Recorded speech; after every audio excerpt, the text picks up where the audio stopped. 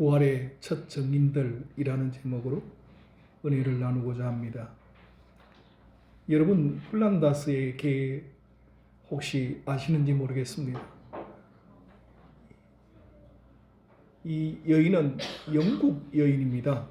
위다라고 하는 영국 소설가가 1872년에 쓴 동화책이죠. 그런데 이 책이 나중에 일본의 니폰 애니메이션사에서 1년 동안 방영하는 만화 영화로 만들었습니다. 여러분 아시는 대로 그림이 좀 낯익죠. 그래서 이 그림이 유독 일본과 한국에서 큰 반향을 일으키고 사랑을 받았습니다. 정작 영국이나 폴란드에서는 그렇게 사랑받지 못했는데, 이 플란다스의 개가 주인공 남자아이가 네로이고 개는 파트라슈라고 하는 개입니다. 파트라슈는 우유를 배달해 주는 그런 마차를 끄는 커다란 개입니다. 그런데 여자친구가 있습니다.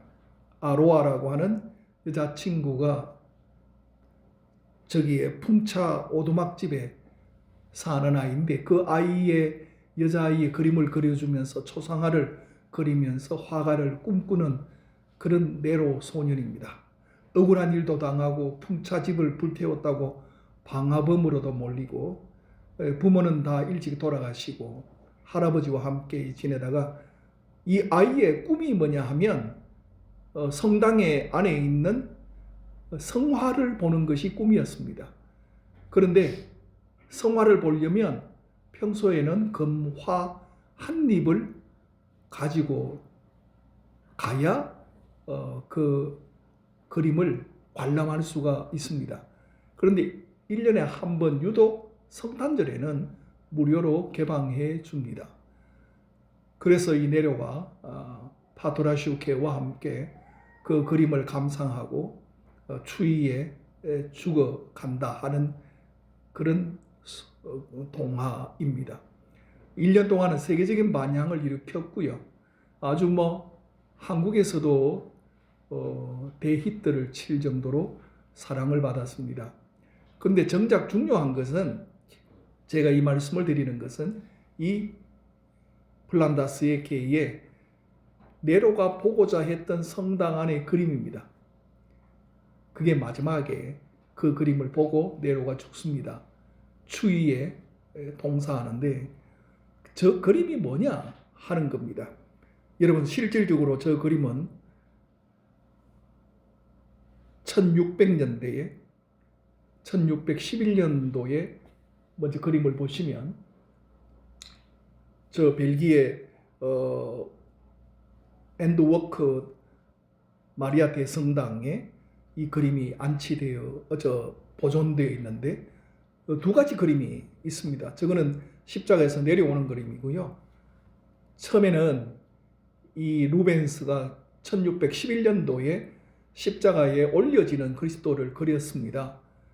그래서 시장의 부탁으로 3년 만에 그림을 다시 하나 그렸는데, 그 그림이 십자가에서 내려지는 그리스도인데, 이 네로 소년이 동화에서 이 그림을 보고 싶은 거예요. 그래서 이 그림을 보고 싶어서 어떻게 하든지 기회를 엿봤는데 돈이 없으니까 성탄절에 저 그림을 보러 들어가서, 그래서 이 동화책을 통해서 정작 유명하게 된 것은 네로가 뭘 보려고 했다가 죽었느냐 하는 건데, 바로 이 그림 때문에 죽은 겁니다. 여러분, 십자가에서 죽으시고 내려오시는 이 그림이 루벤스라고 하는 저 사람이 만든 유명한 그림입니다. 그리고 이 그림은 지금도 폴란드에 완전히 기념화가 되어서 전 세계에서 와서 저 그림을 감상하고 성당에 들어와서 여러 가지 그림이 많이 있는데 그림을 보는 그런 상황이 되었습니다. 우리가 누가복음 강해를 계속 그동안에 해왔습니다. 14장, 15장은 고난이죠. 그리고 16장은 부활의 장이 열리는 모습입니다. 예수님의 모습은 요셉을 통해서 많이 투영됩니다. 그래서 사람들은 요셉을 예수님의 먼저 보내진 아주 초상이라고 그렇게 알려져 있습니다. 여러분 아시는 대로 요셉은 은 20냥의 형제들에게서 팔려서 상인들을 통해서 외국에 팔려간 사람입니다. 예수님은 제자들에게서 은 20냥에 팔려서 선생이 노예로 전락해버리고 말았습니다. 창세기에 요셉의 생애를 보면 그는 형통한 것이 아니라 공고함이라 하는 것을 알 수 있습니다. 공고하다는 것은 불행이죠. 외로움이죠. 요셉의 생애의 삶 속에 13년 동안 그는 형제와 부모를 여의고 혼자서 공고함을 당합니다.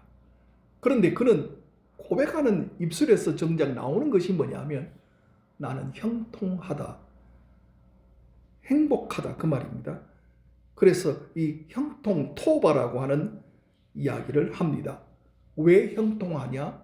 내가 많은 것을 누려서 행통한 게 아니라 하나님과 함께 하기 때문에 하나님이 내 삶을 인도해 나가시는 것에 감사하다. 그렇게 고백을 하는 모습을 볼 수 있습니다. 요셉이 총리 대신이 되었을 때 그 당시에 바로 왕이 요셉에게 주는 이름이 하나 있습니다. 그것이 사브낫 바네아라고 하는 애굽식 이름입니다. 사브낫 바네아는 뭐냐? 살려내라는 뜻입니다. 너가 이 세상을 살려라. 이 흉년진 애굽을 살려라. 이 세상을 살려라 하는 뜻을 갖고 있습니다. 예수님은 세상을 살리기 위해서 십자가를 지시고 우리를 살렸지 않습니까? 여러분 요셉은 삶 속에 그가 13년 동안 고생하며 그 공고한 자리에 있을 때 그가 노력한 흔적이 없습니다. 그가 어떻게 총리 대신에 되려고 공부하고 매달리고 부탁하고 청탁하지 않아요. 요셉의 삶 속에는 철저하게 그 노예 신분을 벗어난 행동을 내가 해야 되겠다. 그렇게 하지 않아요. 우리 예수님 보십시오. 예수님은 십자가 지는 데에 하나님의 뜻을 내가 따르겠습니다. 그 믿음으로 그 잔인한 십자가형을 피하지 않습니다. 그걸 우리가 성경에서 성실이라 그럽니다. 내가 하나님의 말씀대로 살아가는 삶이다. 그렇게 이야기합니다. 우리 시연이가 지금 호주에 여행 중에 있습니다만 호주는 개나리꽃이 피지 않습니다. 왜 그러냐면 개나리꽃이라는 것은 봄에 가장 먼저 피는 것이지만 혹한이 없기 때문에 개나리꽃은 피지 않습니다. 이것을 춘화현상이라 그러죠. 식물이 꽃을 피우기 위해서는 일정 기간 동안 온동화에 아주 낮은 온도를 유지했다가 반등이 있었고 따뜻함이 시작되면 꽃을 피워야 되는데 호주는 그런 기후를 갖고 있지 않기 때문입니다. 여러분 우리가 마가복음 15장을 건너뛰어 왔지만 15장은 십자가에서 고난이죠. 고난이라고 하는 것은 예수님의 십자가에서의 부활을 극대화시켜 보여주는 놀라운 반전이 그 속에 있습니다. 그 아픔 속에서 하나님이 나에게 무엇을 원하는지 예수님은 그것을 묵묵히 성실하게 감당합니다. 너희는 인생을 의지하지 말라. 그의 호흡은 코에 있나니 샘할 가치가 어디 있느냐 이야기합니다. 이사야 2장의 이 말씀처럼 여러분 3분 5분을 호흡을 멈출 사람이 많지 않습니다. 그렇기 때문에 세상을 의지하고 내 건강을 의지한다는 것은 너무나 어리석은 삶이다 하는 겁니다. 고난과 박해 속에서도 오히려 우리가 사람을 의지하면 힘들고 어려운 일이 많이 있습니다. 사람들이 왜 바다에 적조 현상이 일어날 때 배를 가지고 가서 거기 황토를 많이들 뿌리고 합니다. 그러나 여러분 아시죠? 그 황토 뿌리는 것보다 나도 쉬운 방법은 바람이 한번 일어나서 태풍 같은 바람이 그 파도를 한번 뒤집으면 거기에는 아주 쉽게 섞고 있는 모든 것을 정화시킬 수가 있습니다. 그것이 뒤집어지면 그렇다는 거죠. 내 신앙 속에 썩어지는 부분들이 있어요. 약화되는 부분이 있습니다. 내 믿음이 이렇게 식어졌나, 내 믿음이 이렇게 약해졌나, 그럴 때에 하나님께서 우리를 고난 속에서 나를 다시 한번 새롭게 하는 역사를 우리는 많이 경험합니다. 나이가 들어가면서 하루가 참 짧다. 그냥 한 주가 금방 지나가는 것 같고요. 월요일 새벽기도 했는데 금요일 날 새벽기도 벌써 하고 있더라고요. 얼마나 한 주가 빨리 가는지 정말 하루하루가 금방금방 지나가죠. 왜 그러냐 하면 새로움을 느끼지 못하기 때문입니다. 새로움을 느끼고 새로운 것을 부딪히면 하루가 길어지고 시간이 길어지는데 똑같은 것이 반복되면 권태와 무료함을 느낄 수밖에 없고 그 속에 반복되어지는 것에는 갇혀있는 고정화가 되어 있기 때문에 시간이 굉장히 단축된다는 느낌을 우리가 갖고 있습니다. 여러분, 남녀가 처음 만났을 때는 순간순간이 새롭고 한 동작 한 동작 그림 한 컷만 봐도 그저 가슴이 쿵쾅 뛰고 그럴지는 모르지만 조금 지나 보십시오. 이 남자는 이런 남자구나. 이 여자는 이런 여자구나를 아는 순간에 고정화가 되고 그 고정화된 것이 내 가슴 속에 박히면 새로운 설렘이 없다는 거죠. 그렇기 때문에 고정화되어 있는 틀을 갖고 형성되어 버리면 그 마음 속에 큰 기쁨이나 설렘이나 감격이나 감동이 없죠. 문제는 우리 신앙 속에도 그렇다는 거죠. 내가 알았던 하나님이 그런 하나님이구나. 귀하게 간증을 하고 기쁨을 느끼고 감사하고 찬송할 때는 정말 귀했었는데 하나님이 이런 하나님과를 고정화되어 버리면 그때부터는 내 입술을 달싹거려서 찬송 한마디 한절하는 것도 버거워요. 감사 한마디 하기가 쉽지 않아요. 내가 그냥 하는 모든 것이 내 힘으로 하는 것 같고 내 능력으로 모든 것이 이루어져 왔는 것 같이 되어버립니다. 하나님을 만나겠다고 교회에 와서 아니면 여러분이 기도하는 시간에 그때 고정화된 신앙을 가지고 어제의 느낌으로 그 감정으로 내 마음속에 하나님 앞에 고정관념으로 형성되어 버리면 내 신앙이 위험한 수준에까지 갈 수도 있다 하는 것입니다. 여러분, 오늘 7절 말씀 16장 7절에 뭐라고 설명합니까? 이렇게 설명하는 모습을 볼 수 있습니다. 가서 그의 제자들과 베드로에게 이르기를 예수께서 너희보다 먼저 갈릴리로 가시나니 전에 너희에게 말씀하셨는 대로 너희가 거기서 배우리라 하라 말합니다. 갈릴리로 가랍니다. 부활을 믿어야 된다고 이야기하잖아요. 너희가 마음속에 왜 믿음이 없느냐? 그렇게 이야기하지 않아요. 여기에 놀라운 이야기는 갈릴리로 가라. 그 이야기만 합니다.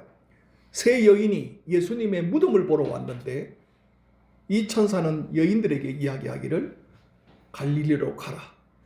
그리고 그 전에도 예수님은 제자들을 향하여 내가 너희를 갈릴리에서 만나리라. 그렇게 말씀합니다.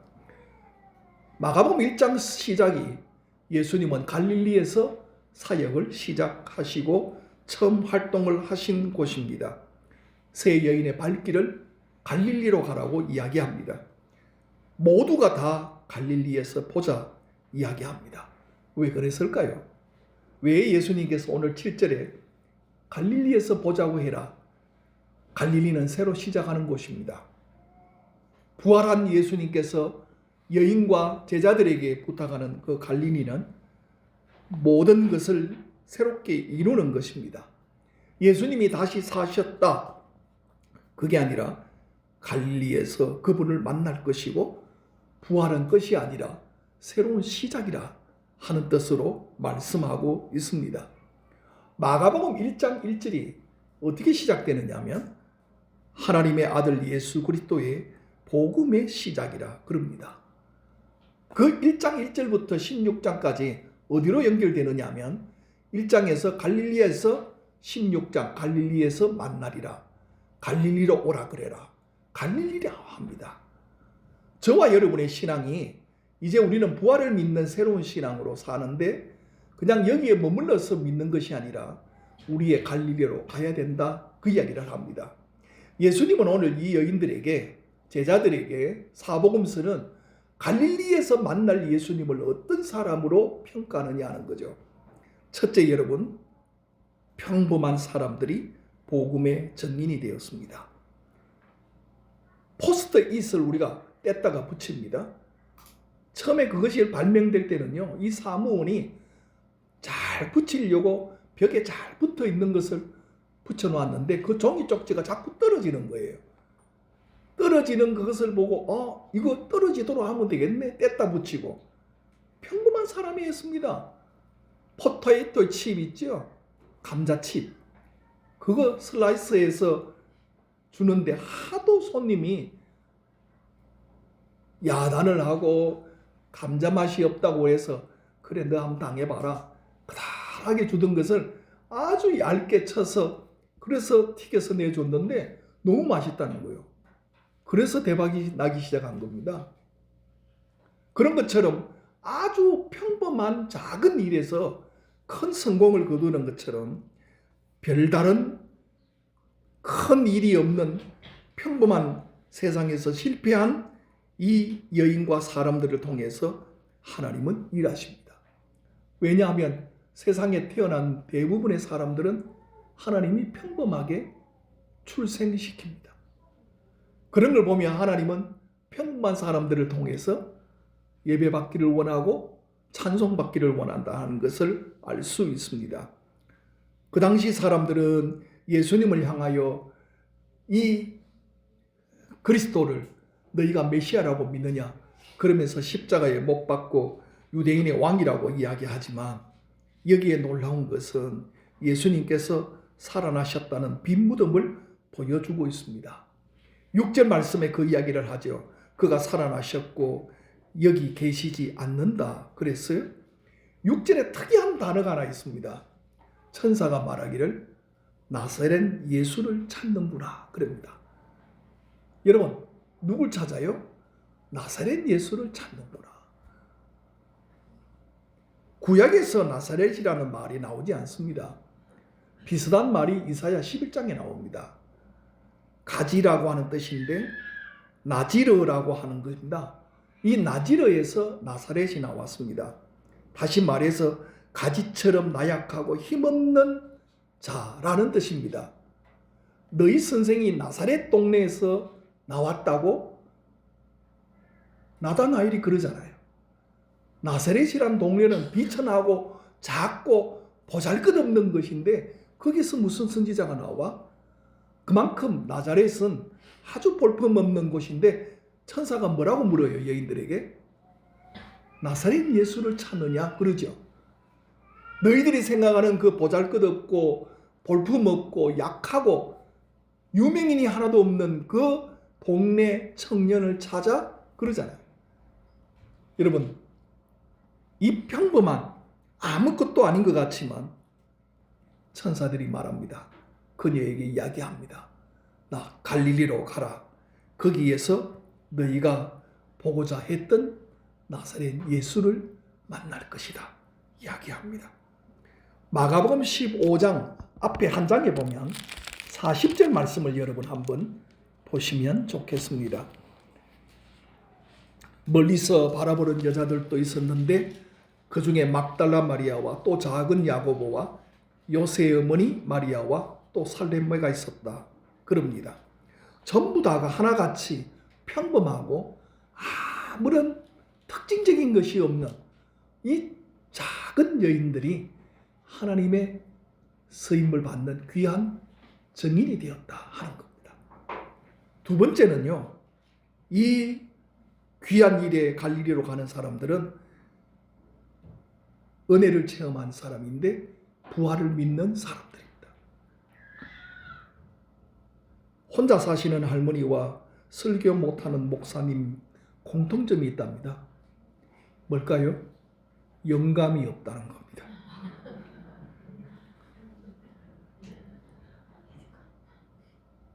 아직도 무슨 말을 저렇게 하시나 모르시는 분들도 계시겠지만 오늘 이 말씀 속에는 영감 없는 제자들에 대한 이야기가 나옵니다.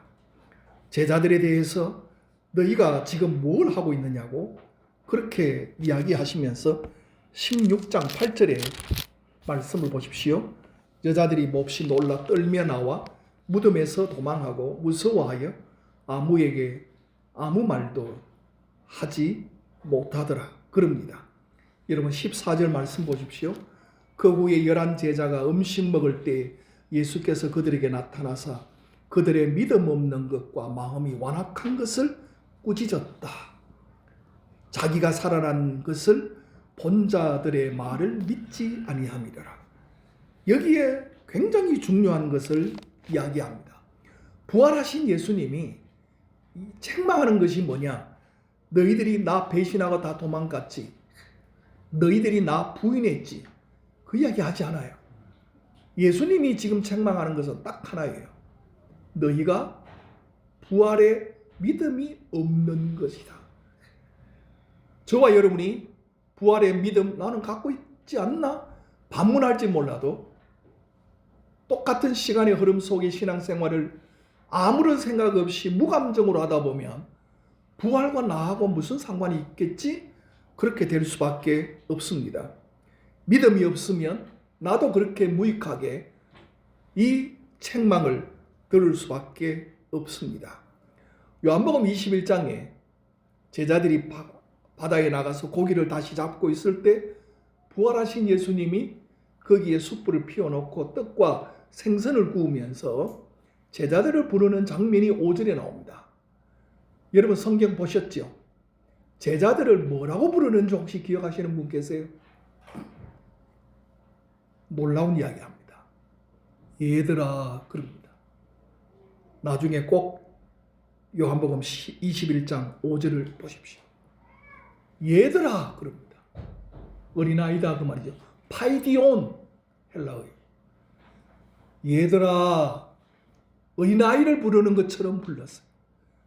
지금 바닷가에 예수님이 부활하시는 소식을 듣고도 자기 생업의 현장에 가서 예수님은 없어져 버리고 부활을 믿지도 않는 이 사람들을 향하여 예수님께서 어린아이 같은 너희여 나오라고 그럽니다.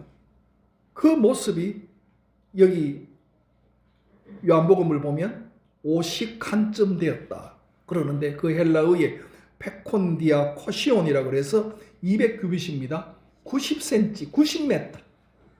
여러분 베드로와 제자들이 건물을 버려두고 내려와서 예수님께서 물가에서 불을 피워서 고기 굽고 있는 그 거리가 90m인데 그 90m를 향하여 나오면서 믿음이 생깁니다. 아브라함이 자기 아들 이삭을 데리고 모리아 산을 3일 길로 올라가는데 그때 믿음이 생깁니다. 3일 길이 아니라 90m인데 예수님이 저기에서 불을 피워놓고 푸렴하게 새벽에 얘들아 라고 부를 때 자기들인 줄 알았어요. 자기들의 믿음 없는 걸 알았어요. 부끄러움을 알았어요. 그런데 그 90m를 가면서 제자들의 마음속에 은혜를 체험해요. 그 다음 성경 구절을 보면 아무도 주를 뭐라고 이야기하는 사람 없이 가만히 둘레를 둥그렇게 예수님을 감싸듯이 안고 있는 모습이 있어요. 저와 여러분이 회복해야 되는 것이 뭐냐? 이 시간 우리도 부활의 그 기쁨을 회복해야 돼. 부활의 능력을 회복해야 돼. 부활의 그 뜨거움을 나도 회복해야 돼. 내 식어지고 밋밋해지고 아무런 감정 없이 신앙생활하는 것 같은 내 오늘의 마음속에 회복해야 돼. 1928년에 대학을 중퇴한 목사의 아들이 한 명 있었습니다. 이 사람은 보험회사의 셀러리맨으로 보험 판매 사원으로 일했어요. 그런데 하루는 어디 가서 보험 상품을 판매하려고 하다 보니까 노래 한 곡 해봐라 하더랍니다. 그래서 노래를 한 곡 했더니 너 노래 너무 잘한다. 나 따라오너라. 그래서 노래를 취입해서 하는 사람하고 소개를 시켜줘서 노래를 부르게 됐는데 이 사람이 조지 비벌리 쉐어라고 하는 유명한 사람입니다. 쉐어 그러면 굉장히 유명한 가수인데 이 사람이 가수로 대성공을 해서 엄청난 돈을 벌었어요. 세상에 부러울 것이 없어요. 아버지 어머니가 뭐라 그래도 신앙생활 안 해요. 그런데 어머니가 추수감사절 때는 집에 다 함께 식사하는데 어머니가 칠면조를 나눠주면서 아들아 그래도 성경은 봐. 성경 보고 살아야 돼. 그래서 집에 가서 엄마가 다시 깨끗한 걸 사다 주는 그 성경을 펴면서 마음에 믿음이 생기더랍니다. 신앙생활로 교회 갔는데 그날이 부활절이에요. 부활의 기쁨을 한참 지났는데 다시 재공연을 해달라고 추진하다가 4월 달에 부활절이 11월 달 추수감사절이 다 되어서 그때 그 교회에 공연이 잡힌 거예요. 그 부활절 공연을 하는데 이 사람이 믿음이 생긴 거예요. 그러면서 돌아오는 그 길에 이 사람이 노래를 한 곡 지었습니다. 그 노래가 주 예수보다 더 귀한 것은 없네 예수 밖에는 없네. 노래를 작곡했어. 그래 예수님 밖에는 없다. 끝까지 내가 믿음 가운데 서지 않았구나. 은혜를 체험했어요. 성경에 야고보라는 이름이 4번 나옵니다. 그 중에 한 사람이 예수님의 친동생 야고보입니다. 예수님의 친동생 야고보는 뭐라고 설명하느냐 하면 이렇게 설명합니다. 서신을 보낼 때 흩어져 있는 12지파에게 그렇게 편지를 보냅니다. 흩어졌다는 표현이 3번 나오는데 그 3번이 다 어디에 나오느냐 하면 박해를 받고 초대교회가 성도들이 핍박과 피흘림과 창에 찔림과 목이 단두대에서 날아갈 때 그때 흩어졌다는 표현을 했습니다. 그럴 때 야고보는 뭐라고 그들을 부르냐 하면 흩어져 있는 형제들아 그렇게 이야기합니다.